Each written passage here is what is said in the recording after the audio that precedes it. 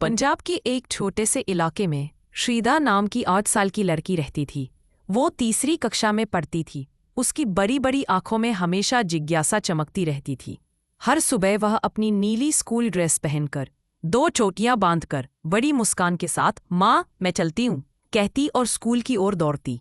श्रीधा को स्कूल बहुत पसंद था। उसे नए अक्षर सीखना, रंग भरना और दोस्तों के साथ खेलना अच्छा लगता था। लेकिन जो बात उसे सबसे ज्यादा खुश करती थी, वो थी उसकी कक्षा की कहानी सुनाने की घंटी। उसकी टीचर मिस सोनल हर दिन कोई नई कहानी सुनाती थी, कभी परियों की, कभी जानवरों की और कभी बहादुर बच्चों की। एक दिन मिस सोनल ने बताया कि स्कूल में अगली हफ्ते कहानी सुनाने की प्रतियोगिता होगी। सभी बच्चों को अपनी पसंद की कहानी सुनानी थी। श्रीधा बहुत उत्साहित हो गई।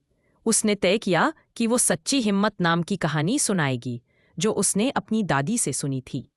शाम को घर आकर उसने दादी से कहा, "दादी, मुझे आपकी कहानी फिर से सुनाओ, मैं वही प्रतियोगिता में सुनाऊंगी।" दादी खुश होकर बोली, "जरूर मेरी बच्ची, लेकिन कहानी याद करने से ज्यादा जरूरी है उसे महसूस करना।" श्रीधा ने कई दिन तक अभ्यास किया, कभी आईने के सामने, कभी अपने पापा के सामने और कभी तो अपने टेडी बियर के सामने भी। शुरुआत में वो थोड़ा घबराती थी, पर धीरे धीरे उसका आत्मविश्वास बढ़ने लगा। प्रतियोगिता के दिन स्कूल का हॉल बच्चों, शिक्षकों और अभिभावकों से भरा हुआ था। जब श्रीधा का नाम पुकारा गया, उसका दिल तेजी से धड़कने लगा। उसने सांस गहरी ली और मुस्कुराते हुए मंच पर गई।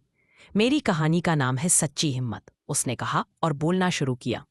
वो कहानी एक छोटी लड़की के बारे में थी, जो तूफान में फंसी एक चिड़िया को बचाती है।